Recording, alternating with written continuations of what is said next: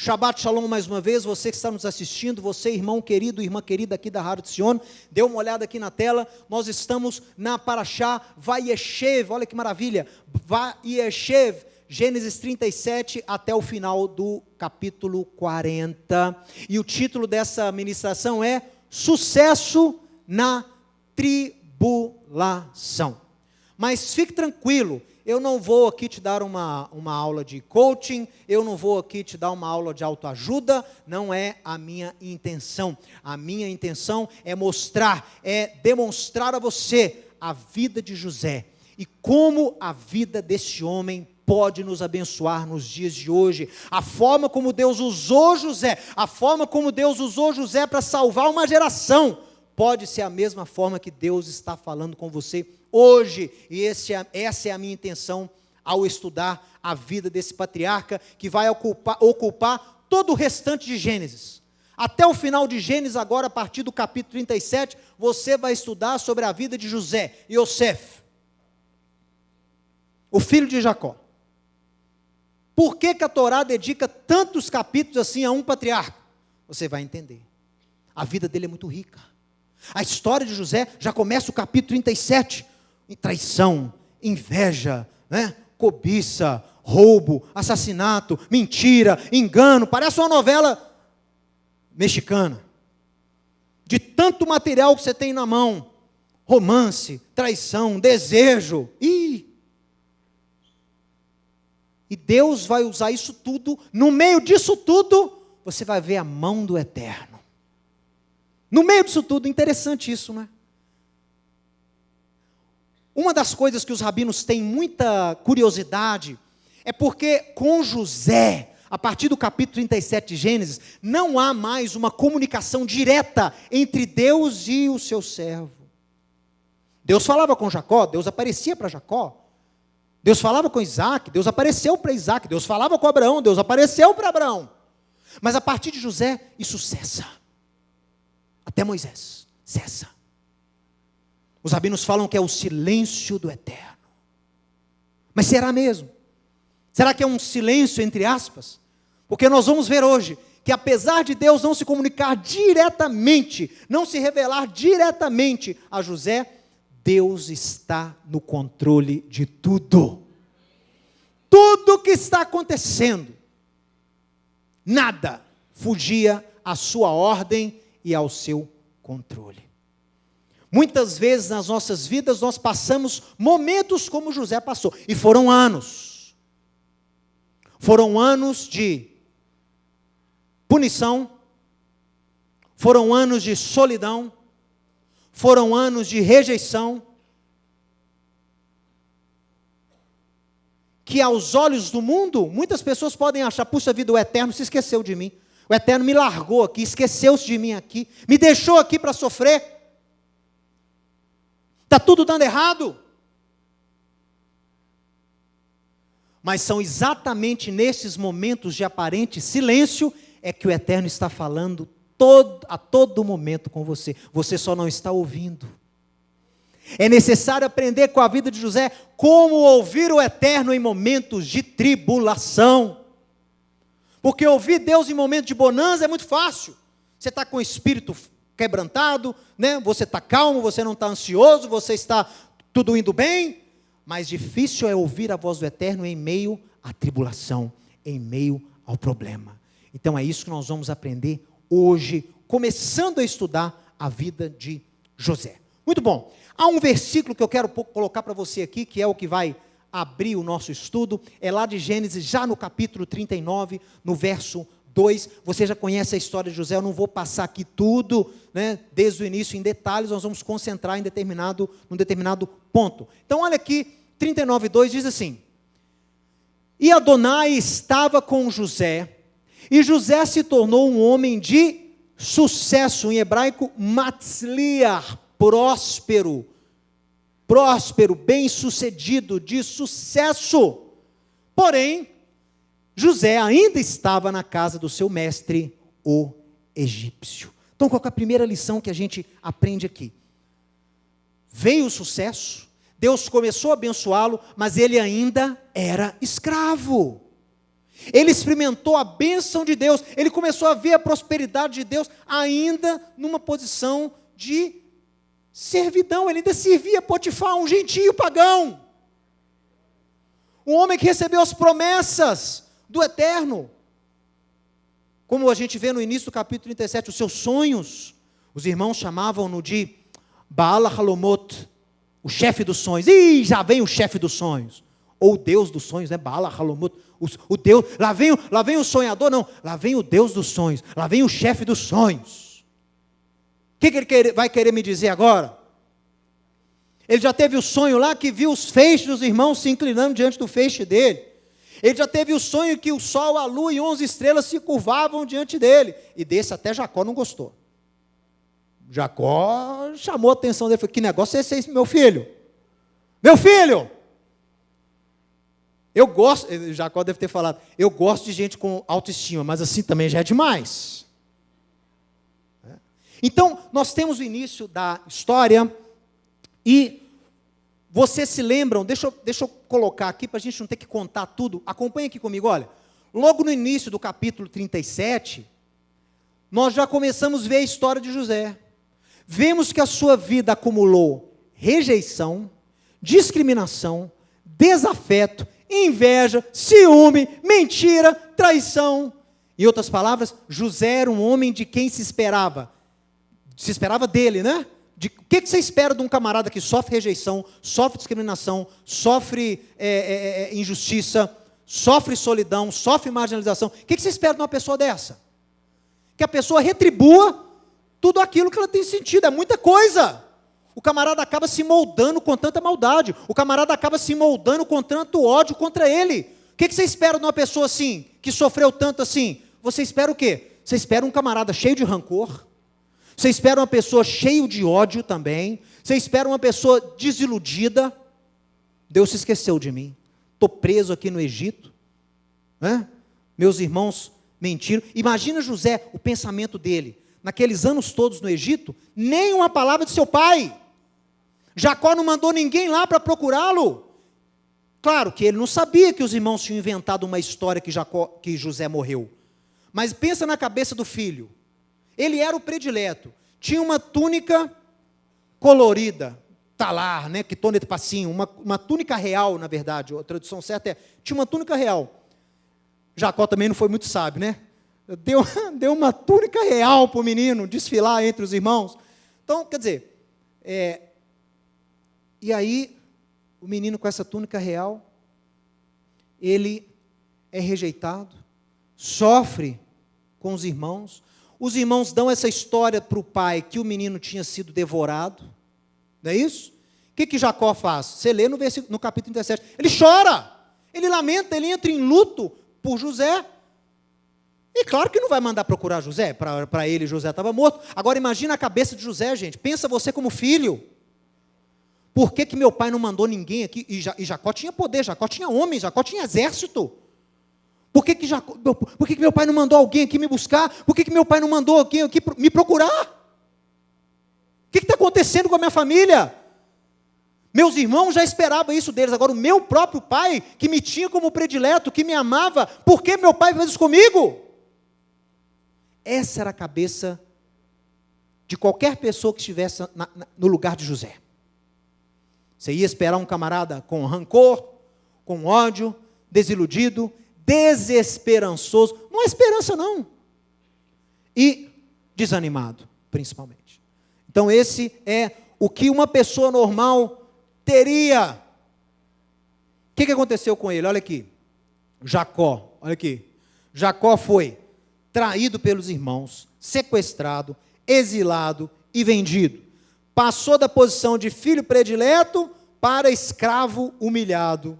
Quando as coisas pareciam ir bem, quando a luz começou a surgir no fim do túnel, veio mais uma tribulação, que surge e José é preso.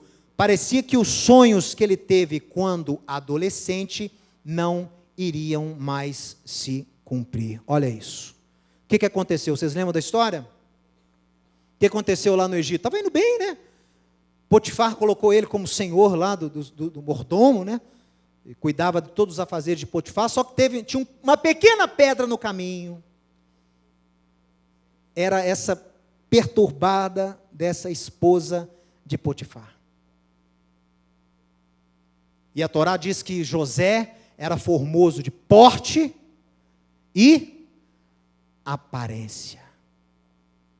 Então ele era bonito e também o quê? Não olha para mim não, eu não sou. Pensa na sua cabeça aí. Aliás, não pensa não, não pensa não. Só imagina uma pessoa com um corpo musculoso, bonito, bem, aparência boa, bom de porte. E a mulher, coitada, cresceu os olhos no jovem. E procurava-o todos os dias. Todos os dias. Todos os dias. E José uma vez fala para ela: minha filha, veja só, o seu marido me confiou tudo, o seu marido não sabe o que tem dentro de casa.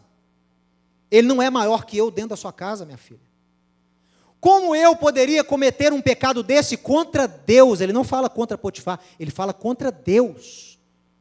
Eu me deitar com você seria um pecado não só contra o seu marido, mas principalmente contra Deus.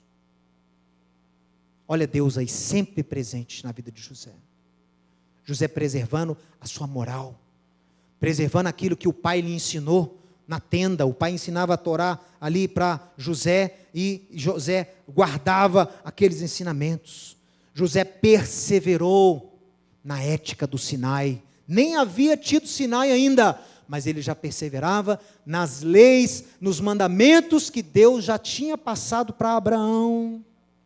Se você ler Gênesis capítulo 15, Deus fala assim com Isaac: porque o teu pai foi fiel aos meus estatutos e à minha Torá. Olha só, antes de ter Torá. Então já tinha um mandamento, já tinha uma ética, já tinha um padrão que os filhos de Deus deveriam viver. E José sabia disso, e ele decidiu pagar o preço. Eu vou viver essa ética, eu vou me manter puro e santo, mesmo em uma terra contaminada. Mas se você fizer isso, José, as coisas vão começar a piorar para você. José podia ter alcançado voos ainda mais altos, se tivesse deitado-se com a esposa de Potifar. Mas ele não trocou. Ele não trocou o prestígio do mundo por uma posição de santidade diante de Deus. Olha aqui, José, meu irmão, ele não deixou que as circunstâncias ditassem a sua vida. Ele se recusou a sucumbir à depressão e jamais perdeu a esperança nas promessas que Deus havia lhe dado. José tinha uma confiança inabalável na bondade e na fidelidade de Deus. Ele conhecia as histórias dos seus pais, conhecia a história de Abraão, Isaque e Jacó, e sabia que Deus cumpriria na sua vida os propósitos que lhe foram revelados. José humildemente se submeteu ao propósito superior, e eu digo também, misterioso de Deus, e procurou fazer com excelência todo o trabalho que lhe era incumbido, como se fizesse para o próprio Criador. Veja isso. Gente, aquilo que eu falei, tinha tudo para ser uma pessoa amargurada, uma pessoa rancorosa, uma pessoa com falta de perdão, talvez. Né? E vocês vão ver que na história, na próxima paraxá, vocês vão ver que até no momento que o Eterno já tinha colocado os irmãos nas suas mãos, nas mãos de José, os irmãos chegam lá, não reconhecem ele reconhece os irmãos, até naquela hora, ele ainda não sabia qual era a posição do seu pai, dos seus irmãos em relação a ele. Você vê que ele faz um teste. Quando ele fica sabendo que tem um irmão de Raquel, da sua mãe, chamado Benjamim, o que ele tenta fazer? Ele não estava interessado nos irmãos, ele queria só resgatar o Benjamim. Ele quer tirar o Benjamim do meio dos irmãos e viver com o Benjamim ali com ele. Ele não está nem aí para os irmãos. É só depois que ele vê que há da parte dos irmãos um arrependimento, é que ele abre o coração para poder receber os irmãos novamente. E você vê que o plano que ele arquiteta é fantástico, né? A gente vai falar semana que vem, a taça, né, o cálice de prata, no saco de Benjamim, aquela coisa toda, aquele fantasia ali, é para testar os irmãos, para ver o que os irmãos tinham no coração. E a intenção com o cálice de prata no saco de Benjamim era o quê? Era tirar Benjamim do meio deles. Eu vou resgatar meu irmão desses irmãos sanguinários. Porque se fizeram isso comigo, vão fazer também com o pequeno Benjamim. Vou tirar ele de lá. Mas Jacó, no final da sua vida, vê um arrependimento da parte dos irmãos e age de uma outra forma. Mas olha aqui comigo, olha. Ele se submete ao propósito de Deus, e misterioso, porque se Deus tinha tantos projetos para ele assim, por que colocou ele como escravo de um egípcio? Depois, ele é falsamente acusado, depois desse evento aí com a esposa de Potifar. Ele é preso, vai ficar lá numa masmorra, e mesmo assim, ele não desiste. Mesmo assim, ele não perde a esperança. No meio da tribulação, confiando na bondade e na fidelidade de Deus. Olha aqui, deixa eu falar uma coisa para você. O mundo atual nos bombardeia com um sentimento artificial de merecimento. É a geração do mereço. Hoje é a geração do mereço. É a geração do direito. Direito que age direito? Não, direito que fala, eu tenho direito. O que você tem direito, fulano? O que você merece? Ah, eu mereço ter tudo que o meu coração e a minha mente desejam. Eu mereço. Eu mereço ser feliz a qualquer custo. Eu mereço me sentir bem a todo momento. Hoje em dia as pessoas têm que cultivar um sentimento que a pessoa está no controle da existência, que a pessoa é mestre do próprio ser, que a pessoa tem que estar sempre por cima das situações e dos outros, para que ela se sinta um homem, uma mulher de sucesso. A sociedade, esse mundo que jaz no maligno, bombardeia você e a sua família com esse teorema. Você é o ser mais importante do universo. Você tem o direito, merece ser feliz.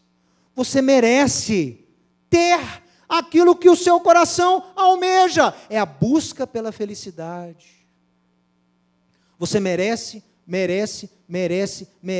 tem um direito. É a geração do eu. Eu.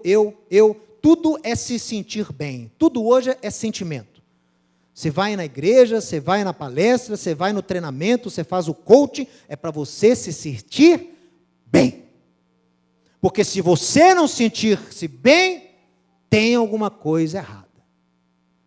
E aí a sociedade tenta formar homens e mulheres nesse falso conceito, que você é o ser supremo, que tudo gira ao seu redor, que você merece, e aí, meu irmãozinho, quando as coisas não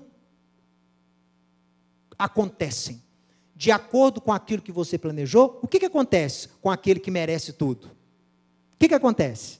O que você acha que acontece? Ele é treinado desde pequeno que ele merece tudo, ele pode tudo, ele tem o direito de fazer tudo, ele tem que se sentir bem a todo momento. Aí chega um momento que ele não se sente bem, chega um momento que chega o fracasso, porque vai chegar a decepção. Todo mundo passa por isso. E quando chega a decepção, e quando chega o fracasso, e quando chega aquilo que você não planejou, o que acontece com uma pessoa como essa? Consultório. Terapeuta. Porque a pessoa entra em depressão. A pessoa sucumbe. A pessoa não sabe lidar com a derrota. Não sabe. Então ela sucumbe. É a geração onde nós mais temos pessoas com problemas de alma, pessoas com origem, né, problemas de depressão, e procuram assistência psicológica, procuram assistência psiquiátrica. Né? Não que seja errado, claro que essas procuras são boas, porque a pessoa chega num nível que ela precisa de ajuda para sair daquilo ali. Tem que ter um profissional da área para ajudá-lo. Mas o que a fez entrar naquele estado, propriamente dito? Em primeiro lugar, esse problema aí, ó.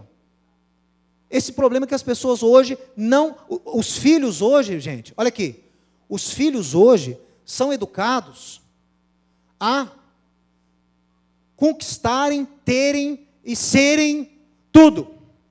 E aí o pai já projeta no filho também, né? Suas frustrações, seus fracassos, projeta no filho, para o filho representar o sucesso que ele não teve, aí vira uma bagunça. Outro dia eu estava conversando com a Tatiane, como que as coisas hoje em dia estão distorcidas, né? Hoje em dia, conversa de pais. Já viu pais quando conversam sobre filhos? Aí um pai pergunta para o outro, e seu filho aí? Como é que está o seu filho? Como é que está o seu filho? Meu filho? Meu filho está muito bem. Meu filho tem 10 pós-graduações. Meu filho formou, meu filho tem mestrado, agora fez doutorado. Onde ele está agora? Não, agora ele está fazendo um mestrado aí. Em o quê? Em sociologia dos objetos. Se não for de título, pai se gabando de título de filho, é o quê? É dinheiro. Meu filho está muito bem, eu acabou de comprar uma casa no Alphaville. Aí outro dia eu estava conversando com a Tatiana, falei, Tatiana, ela me falou, Mateus, tem uma coisa errada aí, porque eu não me lembro de ninguém, e gente, eu já conversei muito sobre isso. Eu já recebi muito esse tipo de coisa. Eu não vejo nenhum pai, nenhuma mãe virando para mim falando assim, ó, como é que está o seu filho? Meu filho é uma pessoa excelente, é um excelente pai. Meu filho é um excelente esposo, meu filho ajuda as pessoas necessitadas, meu filho auxilia as pessoas, meu filho é um homem de Deus, meu filho anda segundo a palavra. Esse deveria ser o orgulho do seu filho. Não é título, não é dinheiro, essas coisas não elevam o ser humano, essas coisas ninguém leva para o mundo vindouro. Porque quando você estiver lá sendo velado, ninguém vai chegar lá no seu velório e vai falar, olha, ele tinha tantos seguidores no Instagram, olha, ele tinha tantos milhares de seguidores no seu canal do YouTube, olha, ele tinha muitas posses e bens. Não. As pessoas vão falar lá no seu velório, é sobre os seus feitos, sobre a sua vida. Fulano era uma boa pessoa. Fulano ajudava sempre os que lhe procuravam. Fulano me auxiliou, fulano me ajudou. Vão ser relatórios de frutos de bênção que você deixou nesse mundo. Por isso que eu digo, essas coisas que o mundo apregoa não devem ser motivo. Claro que são coisas boas. Claro que eu quero que meu filho também estude, meus filhos estudem, eu quero que meus filhos sejam prósperos, né? Mas eu quero, acima de tudo, que eles sigam o plano de Deus para a vida deles. Porque andar no caminho de Deus para eles é muito mais importante que mestrado, que doutorado ou que casa. É o mais importante. E muitas vezes, se você projeta uma criança, projeta um adolescente com essas coisas grandes, ele vai passar a não ser grato, não dar valor às coisas o quê? De verdadeira importância. A sua vida, a sua saúde, ao sustento, ao ter o que comer cada dia. Vocês notam que tem alguma coisa errada?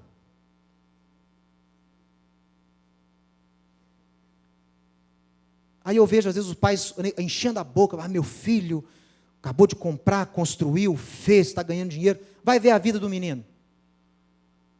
Já está no 3º, 4º, 5º casamento, todo embolado. Mas o quê? O pai se orgulha no título, o pai se orgulha nas posses. Está errado. Faça do seu filho, faça da sua filha uma mulher, um homem, segundo o coração de Deus. Ensine-a a buscar primeiro o reino de Deus e a sua retidão. E todas as demais coisas que Deus tiver para ele e para ela vão acontecer.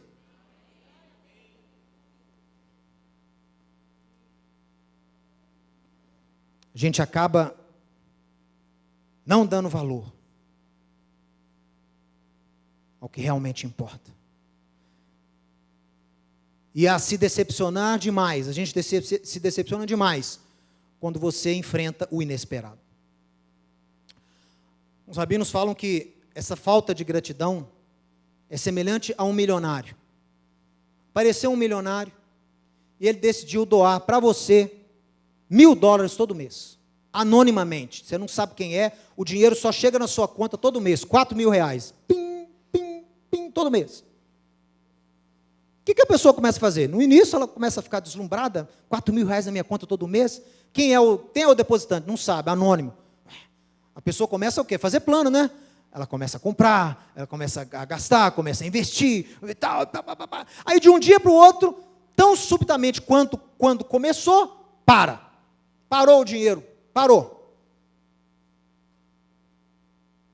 Você acha que essa pessoa que recebeu esses R$4.000 todo mês durante anos, tem algum direito de ficar com raiva?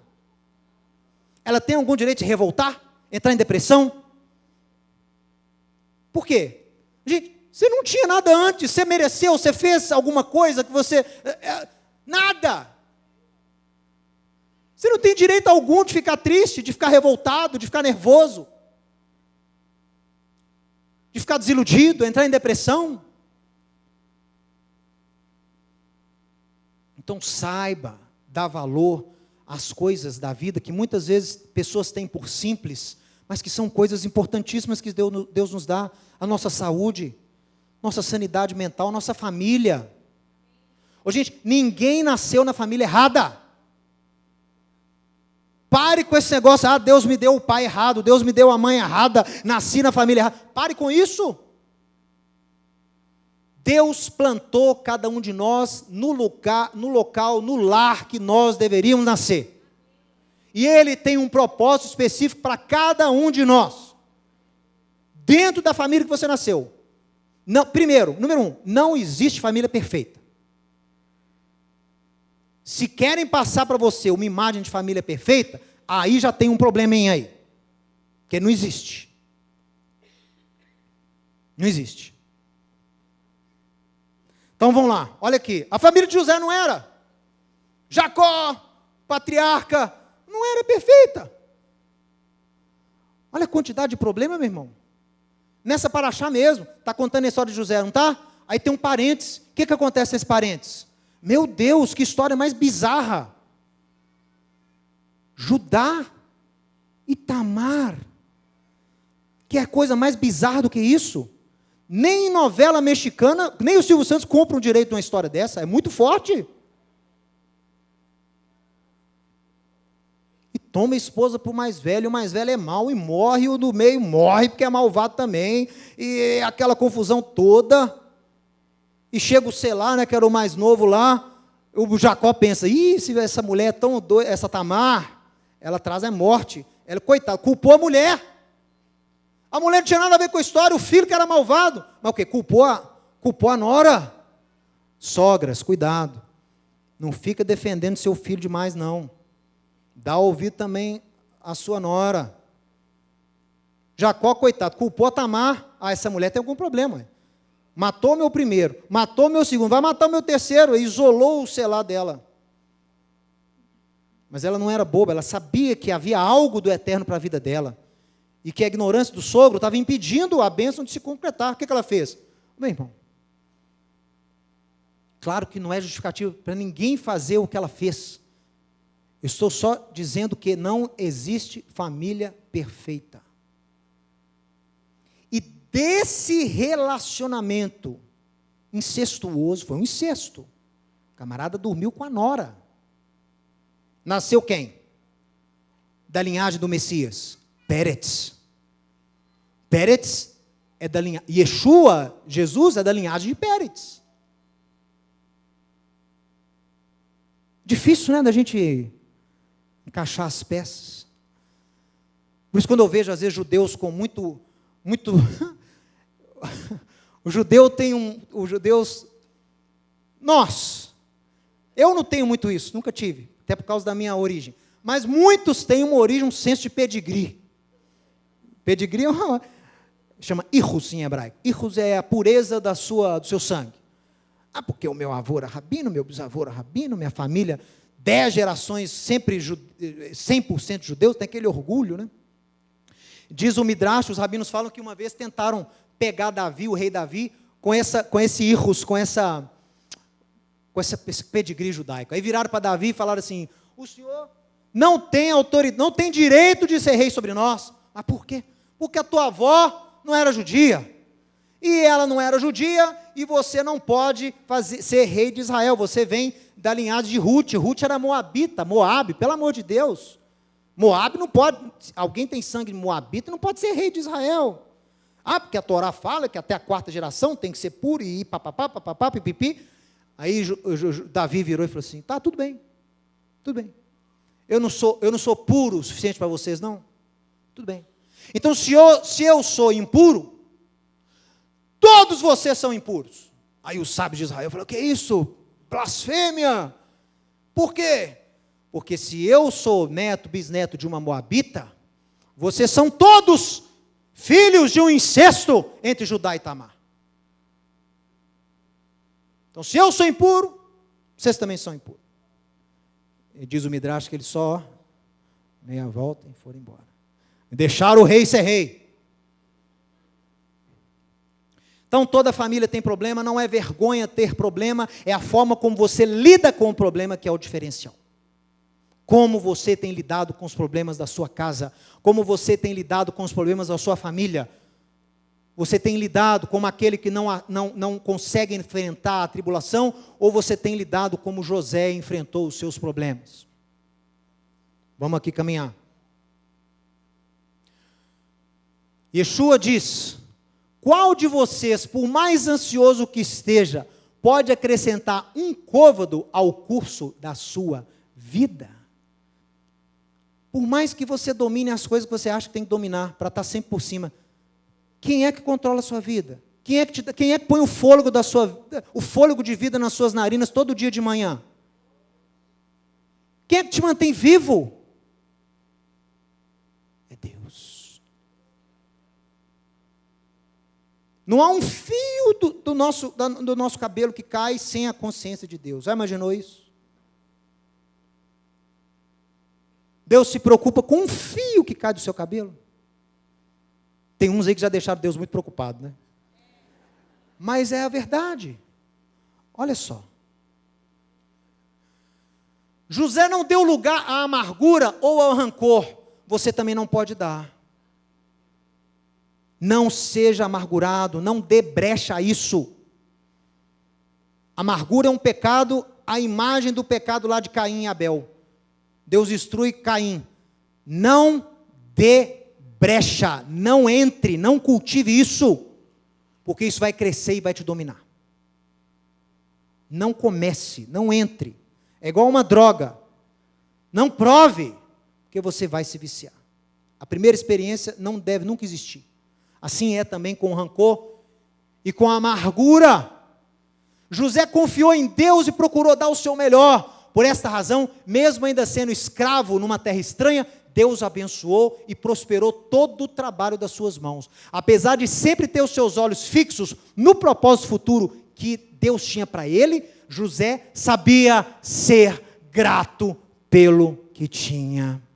A gratidão é a certeza que o Eterno jamais abandona os seus filhos.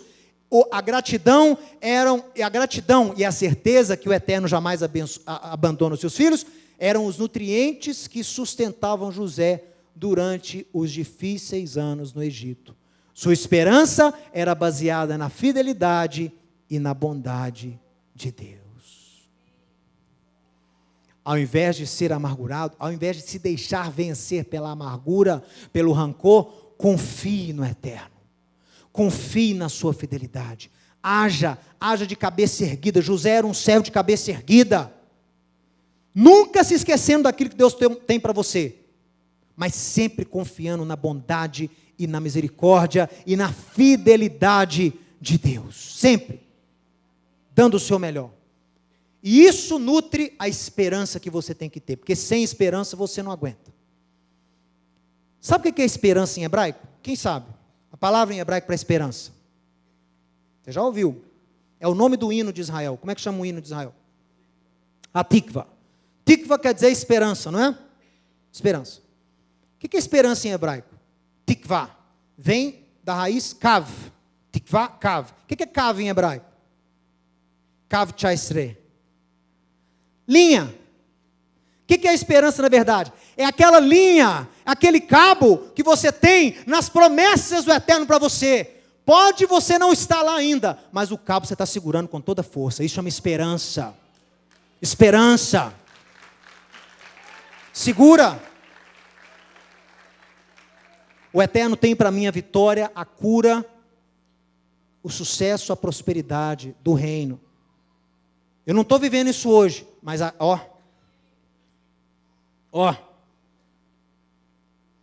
Mateus, sua vida está uma bagunça. Eu sei, mas eu estou caminhando.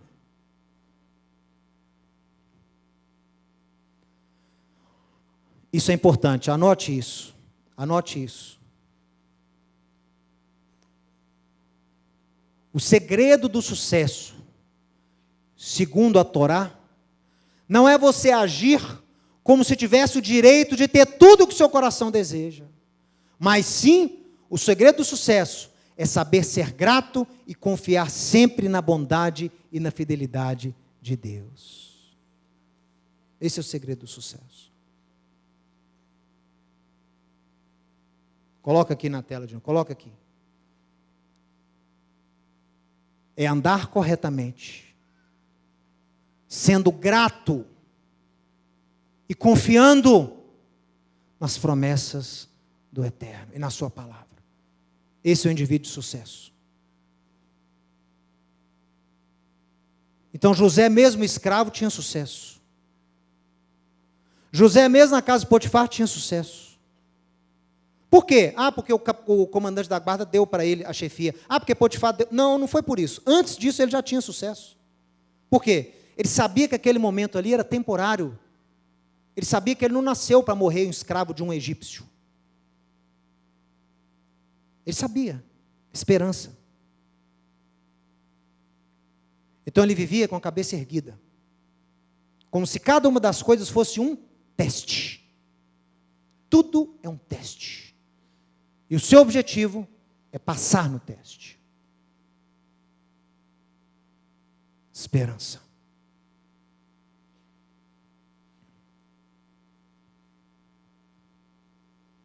Por causa da sua firme confiança em Deus, José possuía um otimismo que transformou sua escravidão em sucesso. Olha aí. Olha aí, pessoal. O otimismo transformou a escravidão em sucesso. E atenção, o otimismo de José não era pensamento positivo, eu tenho certeza que eu vou sair dessa. Não é isso. José tinha o seu otimismo baseado na esperança que o Eterno cumpriria as suas promessas, apesar das circunstâncias. Apesar. Quero projetar para você aqui uma das últimas palavras de Davi, o rei Davi. E eu quero aprender com que esse homem ora no leito de morte. Presta atenção. São estas as últimas palavras de Davi. Palavra de Davi, filho de Ishai, palavra do homem que foi exaltado, do ungido do Deus de Jacó. Disse o Deus de Israel, a rocha de Israel, a mim falou. Aquele que domina com justiça sobre os homens, que domina no temor de Deus, é como a luz da manhã, quando sai o sol, como manhã sem nuvens, como esplendor depois da chuva, faz brotar da terra a erva. Não está assim com Deus a minha casa? Ele está falando, Deus é o Deus da manhã, Deus é o Deus que faz brotar a erva da terra, Deus é o Deus poderoso, Deus é o Deus que domina. Por um acaso minha casa também não está sob esse domínio? Opa, meu irmãozinho, aperta o freio aí. O que estava acontecendo com Davi nessa época aí, meu irmão? Ô meu irmão, você conhece a história de Davi, o final da vida dele? É pior que história de mafioso italiano. O filho comete incesto, Amnon, rebelde. Aí Absalão, meu Deus, que filho é esse? Às vezes você é pai, você é mãe, você fala assim, meu Deus, o que eu fiz para merecer isso? Você não está sozinho não, você já teve um Absalão dentro de casa? Você sabe o que esse menino fazia? Ele roubou o reino do pai. Não, de Davi. Ele ludibriava as pessoas. Diz que ficava na porta da cidade. Todo mundo que vinha para consultar o rei, porque as pessoas antigamente vinham à porta da cidade consultar as causas com o rei julgava. O menino ficava lá, o Absalão, com roupa real, chegava o coitadinho, ele falava assim, o rei não pode te atender não, porque está muito ocupado, mas eu vou te atender no lugar dele. Qual é a sua causa? Aí o camarada falava a causa. Não importava qual fosse a causa, a resposta dele era a mesma. Meu amiguinho, a sua causa é boa. Aí o camarada prostrava para poder, diante do rei, ele levantava o camarada, abraçava e beijava. E aí diz com isso que ele roubou o coração do povo de Davi. Que falso! Mentira, não dava a mínima para o povo. só para roubar, arrebatar o coração, para enfraquecer o reinado de Davi. Manipulava as pessoas. Ele veio com tanta força contra Davi, ele se fez rei em Hebrom, veio com tanta força contra Davi em Jerusalém, o próprio pai teve que fugir de Jerusalém com medo de Absalão.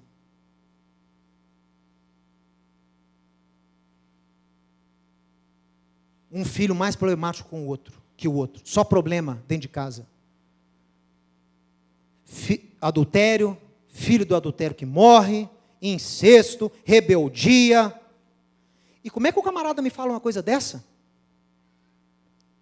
Não está assim com Deus a minha casa? Oh, meu irmão. A casa de Davi era perfeita? Não. Longe disso. Mas Davi tinha esperança. Minha casa pode estar assim hoje, mas o Deus que faz a erva brotar da terra, o Deus que tem domínio sobre os céus e a terra, Ele cuida da minha casa. E as promessas que Ele fez para mim, apesar do meu filho, apesar da minha esposa, apesar desses que não entendem o propósito divino, apesar deles, Ele cumprirá a aliança que estabeleceu com a minha casa.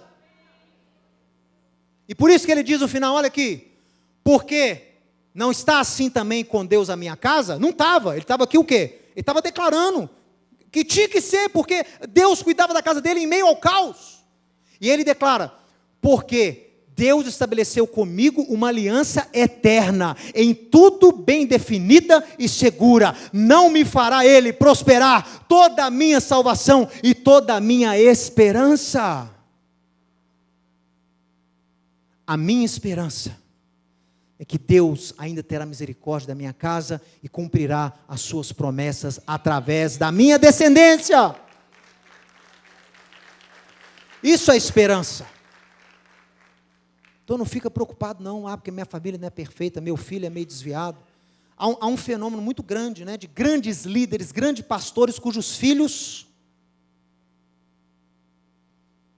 saem da adolescência já em outro viés, outro caminho.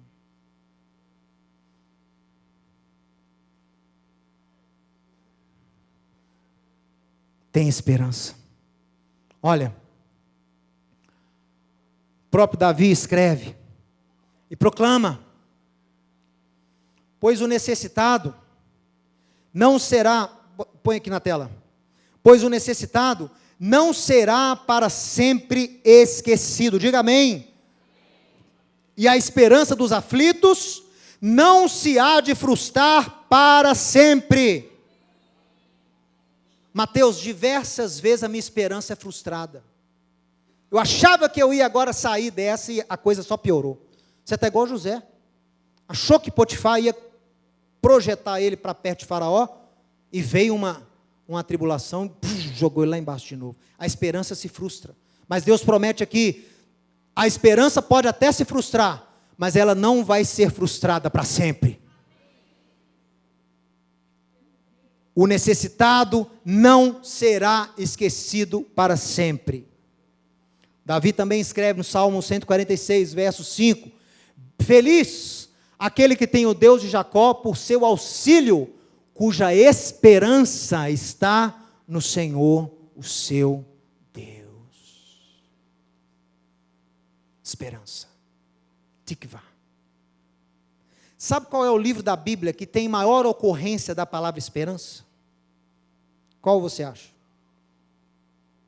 O livro da Bíblia com maior índice da ocorrência da palavra esperança, Tikvah. É o livro de Jó. O livro de Jó. Você entende por quê? Um homem que sofreu tanto, tentou ser persuadido a abandonar o seu Deus, a esquecer que Deus tinha promessa para ele. É o livro onde mais aparece esperança. A esperança, a esperança, a esperança. Não vou desistir, não vou desistir, não vou desistir, não vou desistir do meu marido ainda não crente, não vou desistir da minha esposa, não vou desistir do meu filho desviado, não vou desistir. O cabo tem que estar firme na sua mão. ancorado nas promessas de Deus de salvação para a sua casa. Para a sua casa. Não desista. Ore, interceda, clame e dê espaço para que Deus haja. Dê espaço.